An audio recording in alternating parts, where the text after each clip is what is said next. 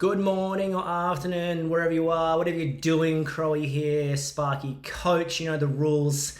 Podcasto law, whatever you need to say, whatever you need to do. And shout out to the wonderful Charlie Palmer, Chuck Palmer. Me and him he's just joined our program maybe a couple months ago, and we've just been frothing on some old school punk rock, some Millencolin in particular. Yeah, Chuck, got me thinking today of if you know the songs, right? I'm just gonna belt it out.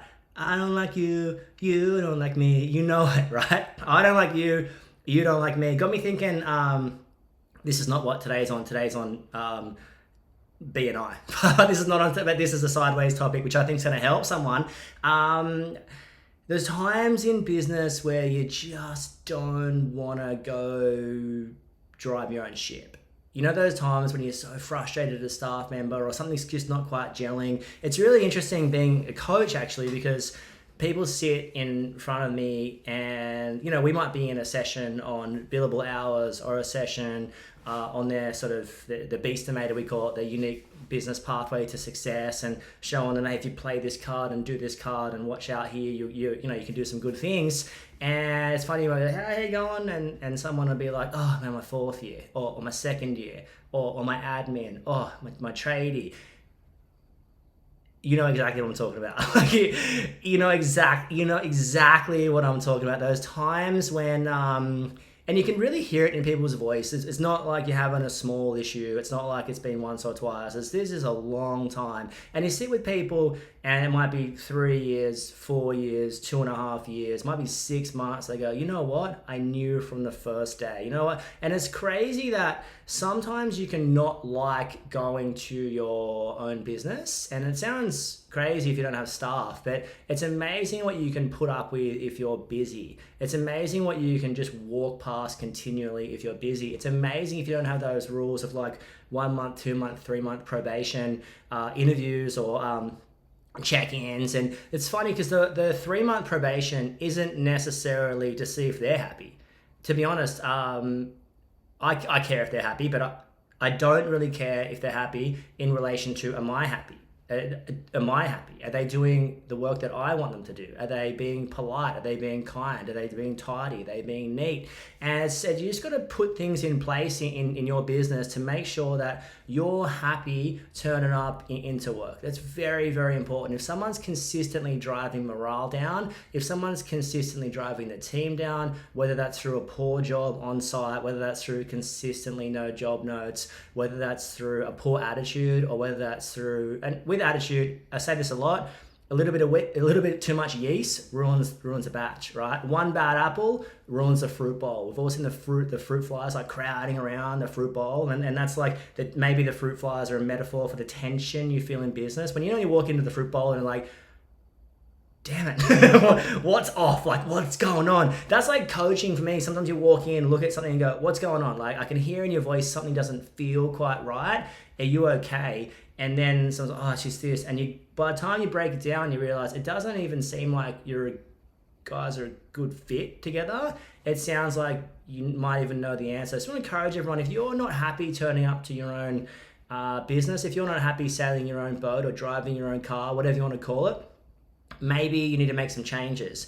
And if you're in that boat of, I don't like you, you don't like me, you know what I'm saying, the Millencolin fans out there, you guys know what I'm saying. If you're in that kind of boat, it's time to have some hard conversations and just look at yourself in the mirror wherever you are and just give yourself a woof woof, give yourself a ow. Maybe the dogs do that. Probably I don't have a dog. I've never really been a dog person. I know that's offensive to some people, but yeah, never really been a dog person, to be honest. I mean, my family, we grew up with sort of goldfish. I had a mouse that lived in my car when I was 19. His name was Pedro Sivanasiva, in reference to the great Petro Sivanasiva.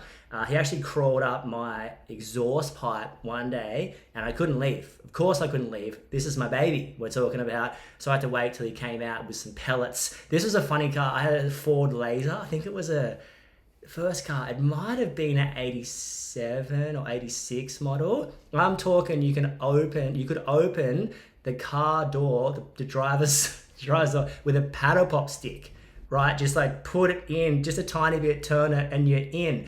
No keys, no worries, no shoes, no problems, no problemo, am I right? But hey, I really want to encourage you, if you're not happy turning up in your own business, you might want to do something about that, because we spend a lot of time there. And also, the most underrated thing, especially if you've got a team, is that your staff might not want to be around that person. And I remember sitting at Smoko one day, and there was this guy just like blowing up about his boss, and his boss just happened to be one of my best mates, and I don't think he even knew we were friends, and he was just like, I'm paid this and I'm worth this. You know those people that think they're worth heaps of money, and it's like you're not that good. Like, you're not that. I've been watching. You're not that good, right? And I ran just like ranting, and I was like, oh, look, I'd really like you to stop talking about X. He's my mate. We're really close. And, if you're not happy with your pay, just talk to him. Like, just shut up and talk to the person that can actually help you. Why are you telling everyone how good you are? If you were that good, you probably wouldn't have worked. And it's like, and working, people have to agree to work for things, but just be careful who you're listening to, and be careful who's dragging your business down. And sometimes, if you're not happy going there, ask yourself the question, who else isn't happy going there? If you've got an admin person that's really dragging the chain, first and foremost, can we correct it? Can we right the wrong? Or is it too far gone? Do we need to rip the band-aid off? What needs to happen? I'm not just saying fire everyone, whoop-pow, poof, poof, poof, poof, poof. I'm not saying you act like you're in Time Crisis 2 and just go like shooting everyone on a whim and firing them. I'm just saying, hey, maybe ask yourself the question, is it working? Is it not? Because it doesn't have to. It doesn't have to. It doesn't have to. It's like my policy with working with partners. It doesn't have to work. It's okay if it doesn't work. And I just want to preface this. The amount of people I sit with, how do I even say this? I'm just going to come right out and say it. The amount of people I sit with whose partners are massive kooks in the office and dragging the business down and shouldn't be involved is astronomical, right? So it's like if it's not working, it's not working. If they're not going to help you, then we just need to have an open conversation. I don't want to be rude. It's not emotional. It's like if you had Helen working for you, or Jane, Helen or Jane, whatever you want. If you had Helen working for you, Helen can't be like, oh, I didn't get the invoices out because I had the sick baby. Oh, I had to pick that dining table up from town. Oh, I had to have coffee because you know what Susie's going through. And it's like, Helen can't have those excuses. Helen's just got to get the invoices done because that's what she's paid to do. That's what she's paid to do. That's what she's paid to do. So if it's not working, there's got to be that clear, and also most relationships have an element of, we've been together a long time and I can talk quite openly and freely. And there's something so beautiful about that. And there's something so detrimental to that. The fact that you can talk to someone however you want isn't necessarily a good thing. So if you do have that husband-wife admin sort of dynamic, you might want to just make sure you're speaking to each other. And also you can't talk to Helen like, Helen, would you just do this? Helen! You can't talk to Helen like that, right? So don't talk to your wife like that, or don't talk to your husband like that, depending on what side of the fence you sit on. All good, baby. However you roll is all good. Whatever you dabble in, just be you. You do you. I'm happy if you're happy. That's the situation here. So that was a little side hustle, but we are actually talking about BNI. We're talking about a business network. I don't even know what it stands for, international. I'll tell you a bit of story. Something, I don't know, someone's going to laugh at me. I don't know if that's it, but essentially your business will hit a point, and we're big believers on the hustle. You got to go on the David Hasselhoff for work, or the Helen Hunt, whatever you want to call it. The Helen Hunt for work or the David Hasselhoff, both good things, right? Both incredible actors, am I right? Helen Hunt, Twister, right? Gets swept up in the twist. Nuts, great movie. Go back and watch that. You're welcome. All right, so where were we? Now I'm lost in like a Helen Hunt matrix of just beautifulness. Anyway, I'll tell you who else is beautiful. David Hasselhoff. Hustle for work. But essentially, you know the rules. You try and find someone who can give you repeat work, and the best thing to do is find a chip in. Like find someone in that industry who can recommend you, because that's like, I always share this example. Imagine you call in my brother straight after this meeting and saying, I was just hanging with Greg, if we caught up, I was just hanging with Greg, yeah, how are you? He's like, oh, cool, how is he? Because that automatic warmness, that chip in that relationship. But if you call my brother on a cold call, oh hey, it's Brett from Mr. Electrical, he's gonna be like, how did you get my number? Ah! And he's probably not even going to answer, to be honest. So there's a huge difference between warm and cold. So go warm first and go cold if you have to. But you know, a cold call is one step closer to a warm call. Every no is closer to a yes, if you like that sales tactic. But yeah, far out. So eventually you're going to exhaust your, I don't hate this word, but like network. You're going to exhaust the people you know, exhaust your warm chip-ins, right? And you're going to have to be in a position where you meet new people. For some people, that might be at the start of your business. If you've moved to a new town, you don't really know anyone. If you've established business in a town, I know for me, I went to school in my hometown. I surfed in my hometown. I played lawn bowls in my hometown. I knew lots of people, and just from sheer proximity of growing up in the local area. So it's like, for me, that time came at about 3 tradies, 3 apprentices, about that team of 4, 5, 6, whatever. You know, I've everyone had run its course. There was no one else for me to really call. So I'm like, I need to meet new people. And just at that time, I was working for this builder, and they had a BDM, business development manager.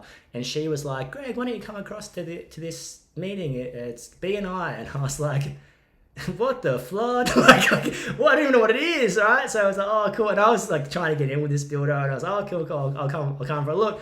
Went there. It was the most surreal, cult-like, what the hell is happening? Like, lots of energy, lots of cards being passed around, lots of people like, hi, I'm Susie, we run the best marketing agent you've ever seen. And someone's like, I'm looking to work with these people. I was just looking around and going, if this isn't a cult, like, am I going to be okay? Are they going to throw a poncho on me? Do I need to text? Do I have reception? Did I leave my phone at the door? Do I need to tell someone I'm going to be all right? Like, am I going to come out 20 years later just donning this poncho, super long hair with like 20 kids, going like, yeah, you know, just come join the family, man. like, was that me? I don't even know. I was so scared. What the hell's going on? And there's people like running around, and someone's like, I do this and I do this, and I was left there a bit confused, just like, what is this? What is this actually a cult? Like, am I trapped? Can I get out? Is that emergency exit just painted on, or can I bust out that door? I don't even know. I'm super scared, but kind of intrigued what's going on. And they're going like, we've got this closed business and stuff. Anyway, long story short, I'm not dissing it.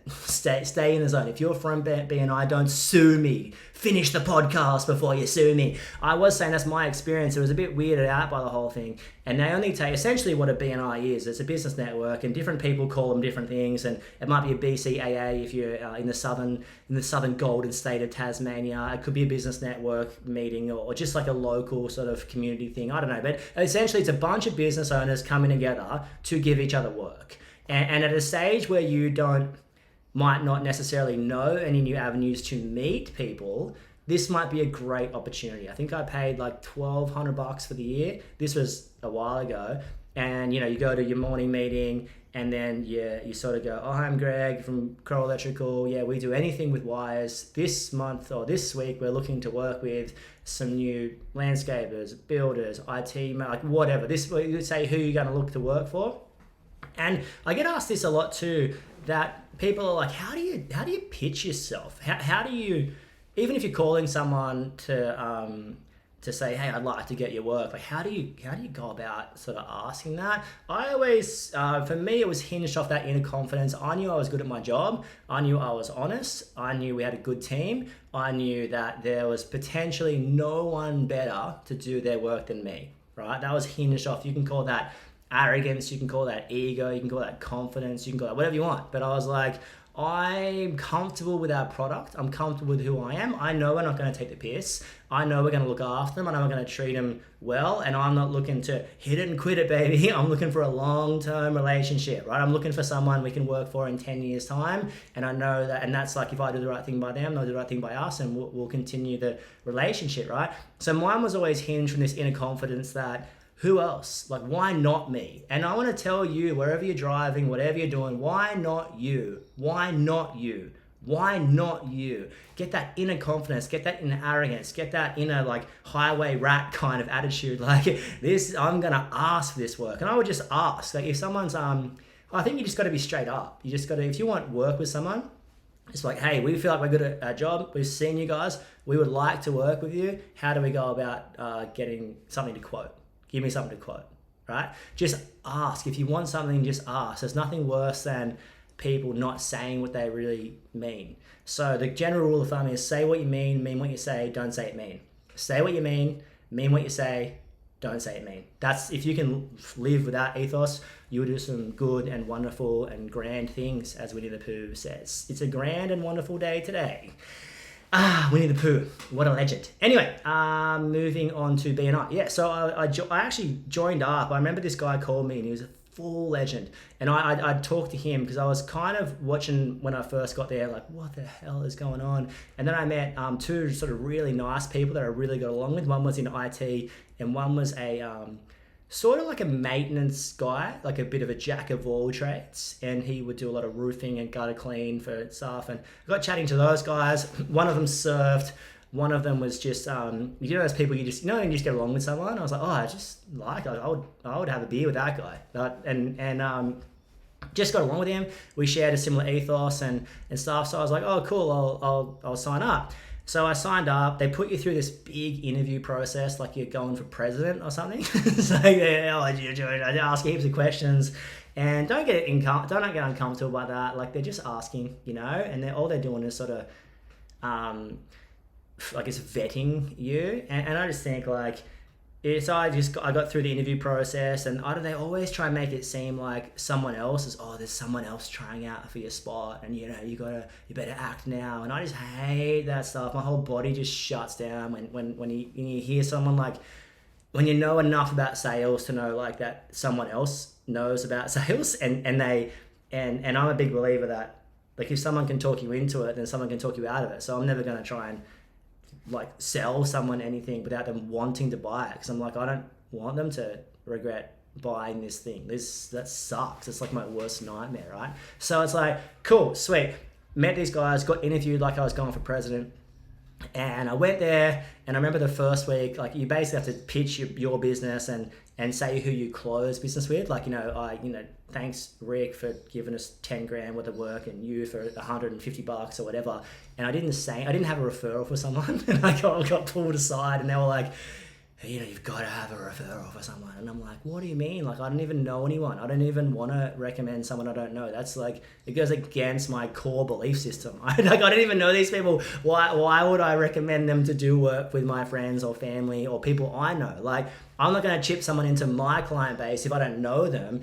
If they kook it, or they stuff up, or they're dishonest, or they overcharge, or they take the piss, that's my reputation cooked. Like you can you can politely get stuffed in that situation. And I kind of said that to them, not in probably those words. I was like, I'm a bit uncomfortable, like giving people work I don't know. Like I've never really done that before.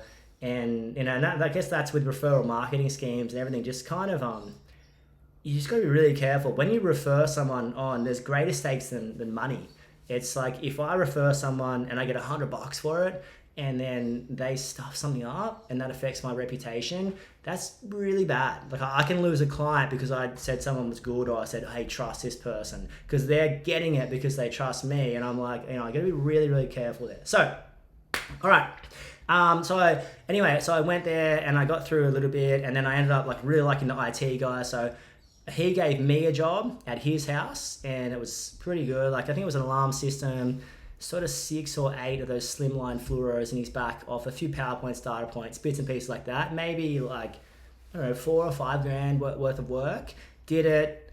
He was super stoked. We had a beer, and then I was like, come meet. And so I had someone go, do you want an IT? Do you know an IT company? I was like, yeah, I know someone. They went there. That was I was pretty, I'd say pretty, not scared, but apprehensive. And the guy went and did the job. And I got a call from my mate's dad, who was running a pretty serious business at the time, who we do all the electrical work for. And he was like, these guys are awesome. And I was like, oh, thank God. Oh, and I was like, yes, cool. Like so good, And that started a really great relationship with me and the IT company. I reckon we ended up doing like over $1 million worth of work with them over 4 or 5 years. It was such a great relationship. And still call him to this day. So I met him, I met someone else, the maintenance guy, like I was saying earlier, met him, and then this is actually pretty funny. He's like, oh, you got to call these guys. I don't want to name them, but like, it was a pretty large company in Surrey Hills in Sydney. Went to this like giant warehouse with like 7 massive studios, and then they were pretty much underwater. So I went there, not underwater, but if you know parts of Alexandria flood in the inner city, and it was kind of in Alexandria, and not Surrey Hills, Alexandria. I went there, their floor box is underwater. I was like, oh, there's your problem. You want to know what happened? Your floor box is underwater, right? Let me put my goggles on. I'll go under and have a look. So I disconnected that, got them working again. It was by that time the water had subsided, but the floor box still had water in it. And anyway, it turns out that a major part of the flooding, this is the funny part, in that particular area was due to the maintenance guy saying that he cleaned the gutters 2 weeks earlier, but he didn't. So like the water sort of backed up, poured over, and just trashed their reception area. Anyway, it was like, so I got in with that company, and then actually a larger company came and bought them, and then we got their work, and it was just like this flow-on effect. Then we started working for other people, and then we all the different like mum and dad jobs that would come in through there. I still feel like we did a really good job, and I feel like anyone that worked for me at that time would say the same thing. It was a really good company. We were doing some good things. We were having a good time, and we were, our product was good, and our price was reasonable, and we were making really good money due to how our business was sort of structured. I'd love to show you that if you ever jump on a strategy session, but because you can structure your business really poorly, or you can structure your business really, really cleverly, and you got to know how the numbers work to try and work out how to skin a cat. So in other words, what would I do if someone asked me to join a BNI? I think it's a good idea. I think what's it going to cost you is sort of 2 to 3 hours a week. Maybe the meeting's 90 minutes, but you got to drive there, and you got to have a coffee with someone or a Zoom meeting. There is like an element of that you've got to be there every week, or a representative for your company's got to be there every week. So there's a bit of a commitment area, and they get pretty weird if you don't go.